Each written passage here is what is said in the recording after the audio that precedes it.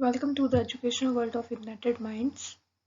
हम पढ़ रहे हैं chapter 6 life processes for class 10th। तो हम डिस्कस कर रहे हैं human excretory system and its parts, जिसमें से हम already different parts of excretory system with the function of kidneys पिछले पार्ट में कवर कर चुके हैं। तो आज हम स्टडी करेंगे about the nephron. So this is the 12th part of chapter 6 and second part of excretory system, जिसमें हम आज डिस्कस करेंगे structure of nephron, structure and role of glomerulus and the functions of nephron. So before studying the structure and the functions of nephron, we will go through the location of nephron in kidney. तो सबसे पहले अगर आपको ये clear होगा कि kidney में nephron कहाँ प्रेजेंट होता है, तब आपको ये अच्छे से क्लियर हो जाएगा कि नेफ्रॉन किडनी के अंदर किस तरह से फंक्शन करता है। तो यहाँ पर हम with the help of a diagram nephron की लोकेशन को पढ़ेंगे। तो यहाँ पर अगर आप स्ट्रक्चर देखें तो इस स्ट्रक्चर में यहाँ पर किडनी का स्ट्रक्चर बना हुआ है। यहाँ पे किडनी का एक डायग्राम है जिसमें एक ब्लैक स्क्वायर है जो इसको शो कर रहा है मेड्यूला को। तो ये जो पेटल्स लाइक शेप है ये है मेड्यूला, जो हम पिछली स्लाइड में कवर कर चुके हैं, और इसके आउटर पोर्शन जो है ये है कॉर्टेक्स। तो जो नेफ्रॉन होता है वो कहाँ पे प्रेजेंट होता है? वो नेफ्रॉन प्रेजेंट होता है half portion of cortex and half portion of medulla, यानी कॉर्टेक्स एंड मेड्यूला दोनों में प्रेजेंट होता है। तो ये वाला जो स्ट्रक्चर है डार्क कलर का, ये है आपका मेड्यूला, और ये जो लाइट कलर में स्ट्रक्चर है ये है आपका कॉर्टेक्स। तो यहाँ पर ये नेफ्रॉन का डायग्राम है जो कि यहाँ पर शो किया हुआ है। तो इसके कुछ पार्ट्स जो हैं नेफ्रॉन के वो आपके कहाँ आते हैं? कॉर्टेक्स के अंदर, और कुछ पार्ट्स जो हैं वो कहाँ आते हैं? मेड्यूला के अंदर। तो इस तरह से आपका जो पूरा डायग्राम है वो यहाँ पर शो होता है कि नेफ्रॉन जो है वो किडनी के अंदर कहाँ पर प्रेजेंट है। First of all we will discuss about the structure of nephron. Structure of nephron आपके एग्जाम पॉइंट ऑफ व्यू से भी बहुत ही इम्पोर्टेंट टॉपिक है। स्ट्रक्चर ऑफ नेफ्रॉन में आपको नेफ्रॉन का डायग्राम अच्छे से पता होना चाहिए। एंड अब हम डिस्कस करेंगे about the parts of nephron. सबसे पहले जो ऊपर स्ट्रक्चर है ट्यूब लाइक, उसमें जो पार्ट है उसका नाम है PCT, that is proximal convoluted tubule. Second part जो है वो आता है DCT, that is distal convoluted tubule. तो ये दो ट्यूब्यूल्स है जो कि नेफ्रॉन के स्ट्रक्चर में प्रेजेंट होती है। देन बहुत इंपॉर्टेंट पार्ट है जो वो है Bowman capsule and the glomerulus. तो ग्लोमेरुलस एंड बॉमेन कैप्सूल ये है आपका जो नेफ्रॉन में सेंटर पार्ट है और मेन पार्ट जो फिल्टरिंग का काम करता है। तो इसे हम कहते हैं फिल्टरिंग यूनिट ऑफ किडनी। उसके बाद जो नेक्स्ट पार्ट आता है वो आता है vasa recta, then loop of Henle and the last part is collecting duct. तो ये जितने भी नेफ्रॉन के पार्ट्स हैं इनके हमें अब एक एक करके फंक्शंस स्टडी करने। तो जो मैंने बताया कि सबसे इम्पॉर्टेंट पार्ट, तो सबसे इम्पॉर्टेंट पार्ट है बॉमेन कैप्सूल एंड ग्लोमेरुलस। तो इसके ऊपर आपको ज़्यादा ध्यान देना है। तो अब हम आगे डिस्कस करेंगे about the Bowman capsule and glomerulus कि ये दोनों पहले किस तरीके से किडनी के अंदर वर्क करते हैं और अपना रोल परफॉर्म करते हैं। अब हम डिस्कस करेंगे about the structure and role of glomerulus and Bowman capsule. तो हमने अभी तक पढ़ा कि जो ग्लोमेरुलस और बॉमेन कैप्सूल है ये दोनों जो नेफ्रॉन के पार्ट्स हैं ये कहाँ पर आते हैं? ये आते हैं किडनी में कॉर्टेक्स पोर्शन में। जो कॉर्टेक्स पोर्शन था किडनी का उसमें glomerulus and women capsule present होते हैं। तो यहाँ पर जो आप डायग्राम देख रहे हैं, इस डायग्राम में क्या है, इसमें आपको ग्लोमेरुलस एंड वोमेन कैप्सूल दिया हुआ है। तो यहाँ पे अगर आप डायग्राम में देखें तो इस डायग्राम में जो कप लाइक शेप है, this is known as the cup like shape, ये कप लाइक शेप कहलाता है वोमेन कैप्सूल। और इसके अंदर जो स्पेस होती है वो स्पेस कहलाती है वोमेन्स स्पेस। तो ये है वोमेन कैप्सूल और जो स्पेस इसके अंदर है वो है वोमेन स्पेस। वोमेन कैप्सूल आगे जाके एक ट्यूब लाइक स्ट्रक्चर से अटैच होता है। ये ट्यूब लाइक स्ट्रक्चर कहलाती है रेनल ट्यूब्यूल, जिसका फंक्शन हम आगे डिस्कस करेंगे।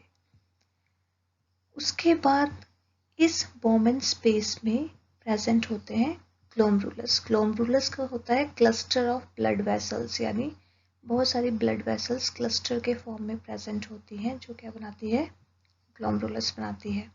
तो यहाँ पे मेनली आपको दो ब्लड वेसल्स दिखेंगी, एक है एफरेंट एट्रियोल एंड सेकंड है इफरेंट एट्रियोल। एफरेंट एट्रियोल जो है वो ऐसी ब्लड वेसल है जिसके थ्रू ब्लड ग्लोमेरुलस में एंटर करता है। उसके बाद ग्लोमेरुलस क्या करेगा, इस ब्लड को फिल्टर करेगा और उस फिल्टर ब्लड को वो किसके थ्रू, इफरेंट एट्रियोल के थ्रू बाहर भेज देगा किडनी से। तो ये दोनों जो है बहुत इंपॉर्टेंट रोल प्ले करते हैं, afferent arteriole and efferent arteriole. Afferent के थ्रू ब्लड ग्लोमेरुलस में आता है एंड इफरेंट के थ्रू ब्लड जो है वो ग्लोमेरुलस से बाहर निकल जाता है। देन नेक्स्ट जो इसमें हम इम्पॉर्टेंट चीज़ डिस्कस करेंगे वो आती है अबाउट द फंक्शंस। तो ग्लोमेरुलस को हम क्या कहते हैं, फिल्टरिंग पार्ट ऑफ नेफ्रॉन, क्योंकि ग्लोमेरुलस का काम क्या है, फिल्टर करना। जो भी ब्लड आ रहा है उसमें जो भी वेस्ट मटेरियल्स प्रेजेंट है उसको फिल्टर आउट करना किसका काम है, ग्लोमेरुलस का। देन सेकंड आता है वोमेन कैप्सूल। वोमेन कैप्सूल क्या है, कप लाइक स्ट्रक्चर जो कि क्या करता है, ग्लोमेरुलस के चारों तरफ सराउंडिंग्स बना के रखता है, यानी कि उस वोमेन कैप्सूल के अंदर जो वोमेन स्पेस है उसके अंदर ग्लोमेरुलस प्रेजेंट होता है ताकि वो अच्छे से फिल्टरिंग प्रोसेस कर सके। देन लास्ट आता है रेनल ट्यूब्यूल। तो रेनल ट्यूब्यूल हमने पढ़ा था क्या था, जो ट्यूब लाइक स्ट्रक्चर है लास्ट में, उसे हम कहते हैं रेनल ट्यूब्यूल। रेनल ट्यूब्यूल के बहुत सारे फंक्शंस हैं। इसका मेन काम क्या है कि जो भी वेस्ट मटेरियल है, मतलब जो वेस्ट मटेरियल यहाँ से वोमेन कैप्सूल की तरफ आएगा और उसके बाद वो रेनल ट्यूब्यूल में जाएगा, उन सब की क्या करवाना, रीएब्जॉर्प्शन करवाना एंड सिक्रीशन करवाना, और जो वेस्ट बच गया उसको एक्सक्रीट आउट कर देना। ये किसका काम है, रेनल ट्यूब्यूल का। तो आई होप आपको ये तीनों फंक्शंस क्लियर हो होंगे, glomerulus, women capsule and renal tubule. उसके बाद एक टर्म आती है दैट इज रेनल कॉप्सल। रेनल कॉप्सल होता है combination of women capsule and glomerulus. तो जब ग्लोमेरुलस एंड वोमेन कैप्सूल एक साथ होते हैं तब वो क्या बनाते हैं, रेनल कॉप्सल को बनाते हैं। अब हम डिस्कस करेंगे about the 4 basic functions of kidney. Kidney के बारे में हम ऑलरेडी पढ़ चुके हैं कि किडनी का फंक्शन क्या होता है, फिल्ट्रेशन प्रोसेस करना, जो भी वेस्ट मटेरियल है उसको हमारी बॉडी से एक्सक्रीट आउट करना। तो मेनली यहाँ पर किडनी के 4 बेसिक फंक्शंस हमें देखने को मिलते हैं। तो यहाँ पर सबसे पहला जो फंक्शन आता है किडनी का, वो फंक्शन आता है फिल्ट्रेशन प्रोसेस। फिल्ट्रेशन प्रोसेस कहाँ से कहाँ तक हो रही है, फिल्ट्रेशन प्रोसेस होती है वोमेन कैप्सूल एंड ग्लोमेरुलस में। यहाँ से जो ब्लड है वो एंटर करेगा ब्लड वेसल के थ्रू, जो कि थी एफरेंट आर्ट्रियोल। तो एफरेंट आर्ट्रियोल से ब्लड कहाँ गया, ग्लोमेरुलस में। ग्लोमेरुलस उसको फिल्टर करेगा और वोमेन कैप्सूल के अंदर एंट्री करवाएगा। तो ये प्रोसेस जो होती है कहाँ पे होती है, ग्लोमेरुलस एंड वोमेन कैप्सूल में। तो तो इसे हम कहते हैं फिल्ट्रेशन प्रोसेस। सेकंड जो फंक्शन है वो है रीएब्जॉर्प्शन, यानी फिल्ट्रेशन प्रोसेस होने के बाद रीएब्जॉर्प्शन प्रोसेस होती है, जो कौन करवाता है? Renal tubule. तो रेनल ट्यूब्यूल हमने पीछे पढ़ा था कि रेनल ट्यूब्यूल किस तरीके से रीएब्जॉर्प्शन प्रोसेस करवाएगा। तो यहाँ पर रेनल ट्यूब्यूल का बहुत इंपॉर्टेंट रोल है। वो क्या करेगा? रीएब्जॉर्प्शन प्रोसेस करवाएगा। और यहाँ पर आपको ये ट्यूब लाइक स्ट्रक्चर दिख रहा है, जिसको हम कहते हैं पेरीट्यूबुलर कैपिलरीज। तो यहाँ पर क्या होगा? जो भी ब्लड फिल्टर आउट हो गया वो ब्लड इस ट्यूब्यूल से बाहर आ जाएगा, यानी जिसको हम कहते हैं रेनल वेन्यूल। इसके थ्रू वो ब्लड बाहर आ जाएगा। उसके बाद थर्ड फंक्शन आता है। थर्ड फंक्शन होता है सिक्रीशन।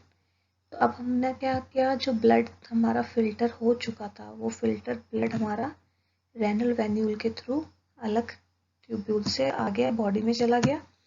और जो हमारा वेस्ट मटेरियल था वो किस तरफ को चला जाता है? वो चला जाता है रेनल ट्यूब्यूल से कलेक्टिंग डक्ट की तरफ, ताकि वो बॉडी से बाहर निकलने के लिए तैयार हो जाए। तो ये रेनल ट्यूब्यूल जो है ये क्या करेगी? फिल्टर ब्लड को इसके थ्रू भेज देगी बॉडी में, और बाकी जो वेस्ट मटेरियल है उसको कलेक्टिंग डक्ट को दे देगी, जिसको हम कहते हैं सिक्रीशन प्रोसेस।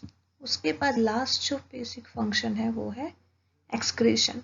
जब हमारे सिक्रीशन हो चुकी है वेस्ट मटेरियल की, तो कलेक्टिंग डक्ट क्या करेगा? कलेक्टिंग डक्ट उस यूरिन को और उस वेस्ट मटेरियल को यूरिन के बीच में मिक्स करके बॉडी से आउट कर देगा। ये कलेक्टिंग डक्ट आगे जाके किससे कनेक्ट होता है?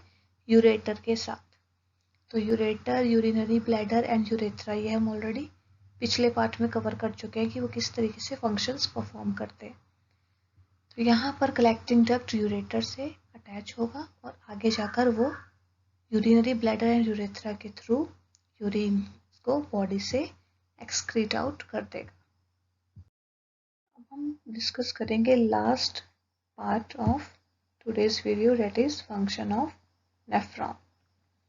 तो यहाँ पर आपको नेफ्रॉन का स्ट्रक्चर जो हम ऑलरेडी पहले पढ़ चुके हैं वो दिखाई दे रहा है। इसमें हमें जो कि है डिटेल में स्टडी करना है। तो हमने ऑलरेडी ये पढ़ लिया है कि नेफ्रॉन का कौन सा पोर्शन कॉर्टेक्स में आता है और कौन सा मेडुला में आता है। तो बोमेन कैप्सूल एंड ग्लोमेरुलस, यानी ये वाला पार्ट, और पीसीटी एंड बीसीटी, ये सारे पोर्शंस किसमें आते हैं?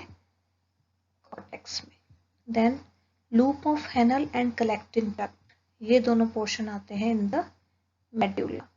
तो इस तरीके से आपको ये याद रखना है, कॉर्टेक्स में आते हैं DCT, PCT, Bowman capsule, glomerulus, and medulla में आता है loop of Henle and collecting duct. अब हम ये देखेंगे वन बाय वन कि इनके फंक्शंस क्या होते हैं। सबसे पहले हम डिस्कस करेंगे about PCT, that is proximal convoluted tubule. तो पीसीटी क्या करता है? Reabsorption of water, ions and organic nutrients. तो जो भी हम खाना लेते हैं उसमें जो भी वाटर कंटेंट है, आयंस हैं, न्यूट्रिएंट्स हैं, उन सब की रीएब्जॉर्प्शन प्रोसेसिंग करवाता है और उसमें से टॉक्सिन प्रोडक्ट्स को रिमूव कर देता है। तो यहाँ पर जो आपको पर्पल कलर की ट्यूब दिखाई दे रही है, ये क्या करेगी? यहाँ पर इसके थ्रू एंट्री होगी और ये उन फूड मटेरियल्स को रीएब्जॉर्ब करवाएगी और आगे क्या करेगी? बोमेन कैप्सूल और ग्लोमेरुलस की तरफ उनको भेज देगी फिल्टर आउट होने के लिए। देन सेकंड जो पोर्शन आता है वो आता है ग्लोमेरुलस। ग्लोमेरुलस का फंक्शन हम ऑलरेडी पढ़ चुके हैं, इसको हम फिल्टरिंग यूनिट कहते हैं। इसका मतलब कि जो ग्लोमेरुलस है वो क्या करेगा? फिल्टर आउट करेगा जितने भी यूजफुल सॉल्यूट्स हैं या यूजफुल आयंस हैं, तो उनको वो दोबारा से फिल्टर आउट करेगा और दोबारा ये चेक करेगा कि उसमें कोई टॉक्सिक प्रोडक्ट तो नहीं है। अगर होगा तो वो उसको वहाँ पे रिमूव कर देगा। देन थर्ड जो स्टेप आता है वो आता है लूप ऑफ हेनल। तो लूप ऑफ हेनल जो है यहाँ पे ये है आपकी जो थिन वाली ट्यूब है, ये थिन ट्यूब है loop of Henle. Loop of anal अगर आप यहाँ देखें आपको दो टाइप के लूप ऑफ एनल दिखेंगे, ascending and descending loop of anal. Ascending loop of anal का काम क्या होता है, reabsorption of sodium and chloride ions. तो जो भी यहाँ पर ग्लोमेरुलस से फिल्टर होकर आया है वो फिल्टर्ड चीज़ें क्या होंगी, लूप ऑफ एनल में आएंगी, और लूप ऑफ एनल क्या करेगा, उसमें से दोबारा से रीएब्सॉर्प्शन करवाएगा, किसकी, सोडियम और क्लोराइड आयंस की। और डिसेंडिंग लूप ऑफ एनल, तो ये आपकी असेंडिंग लूप ऑफ एनल थी, और इस तरफ को है आपकी डिसेंडिंग लूप ऑफ एनल। ये डिसेंडिंग लूप ऑफ एनल क्या करेगी, aquaporins allow water to pass from filtrate, जो भी वाटर कंटेंट होगा उसको वो उस फिल्टर में से सेपरेट कर लेगी। तो असेंडिंग लूप ऑफ एनल क्या कर रही है, useful sodium and chloride ions को रीएब्सॉर्ब करवा रही है, और जो डिसेंडिंग लूप ऑफ एनल है वो डिसेंडिंग लूप ऑफ एनल क्या कर रही है, जो वाटर कंटेंट उसमें यूजफुल है उसको आगे भेज रही है। देन उसके बाद आता है डीसीटी, यानी जो भी अब लूप ऑफ एनल से होकर जाएगा मटेरियल वो कहाँ पहुंचेगा, डीसीटी में, यानी डिस्टल कॉन्वोल्यूटेड ट्यूब्यूल। डीसीटी का रोल होता है secretion of ion, acid, drugs and toxins. तो जो भी वेस्ट मटेरियल इसके पास पहुंचा रीएब्सॉर्प्शन प्रोसेस होने के बाद, वो सारा वेस्ट मटेरियल क्या होगा, डिसेंडिंग लूप ऑफ एनल से यहाँ पर डीसीटी में चला जाएगा, और ये करवाएगा सिक्रीशन प्रोसेस, यानी कि जो भी हार्मफुल है या अनयूजफुल चीज़ है उनको सिक्रीट आउट कर देगा, और उसको कहाँ भेजेगा, उसको भेजेगा ये कलेक्टिंग डक्ट की तरफ। ये जो ट्यूब है आपकी, ये है कलेक्टिंग डक्ट ट्यूब, तो ये उन चीज़ों को कलेक्टिंग डक्ट ट्यूब की तरफ भेजेगा, और साथ ही साथ ये क्या करेगा, रीएब्सॉर्प्शन करवाएगा, किसकी, कैल्शियम एंड सोडियम आयंस की। फिर आता है लास्ट रोल जो किसका है, कलेक्टिंग डक्ट का। कलेक्टिंग डक्ट क्या करेगा, जो भी डीसीटी के बाद मटेरियल आगे आया एक्सक्रीट आउट होने के लिए, उसको कलेक्टिंग डक्ट क्या करेगा, उसमें से जो रीएब्सॉर्ब होने वाला होगा उसको रीएब्सॉर्ब कर लेगा, जैसे कि sodium, chloride, water and solutes, और बाकी कुछ चीज़ों को वो सिक्रीट करेगा, जैसे ammonium, potassium and hydrogen ion. तो जो भी वेस्ट बच जाएगा वो वेस्ट सारा कलेक्टिंग डक्ट कहाँ अटैच आगे, यूरेटर के साथ। तो वो कलेक्टिंग डक्ट क्या करेगा, यूरेटर को वो सारा वेस्ट मटेरियल ट्रांसफ़र कर देगा आगे, यूरेटर उसे यूरिनरी ब्लैडर में भेज देगा यूरिन को, और यूरेथ्रा के थ्रू वो बॉडी से एक्सक्रीट आउट हो जाएगा। तो हमारा आज का पार्ट यहीं पे कंप्लीट होता है। आई होप आपको नेफ्रॉन का स्ट्रक्चर, उसके पार्ट्स एंड उसके फंक्शंस क्लियर हो गए होंगे, and please concentrate on the part of Bowman capsule and glomerulus. ये बहुत ही इम्पॉर्टेंट पार्ट्स है नेफ्रॉन के। If you like the video and you learned something from it, then please subscribe the channel and also share with others. Thank you for being a fantastic learner and keep learning.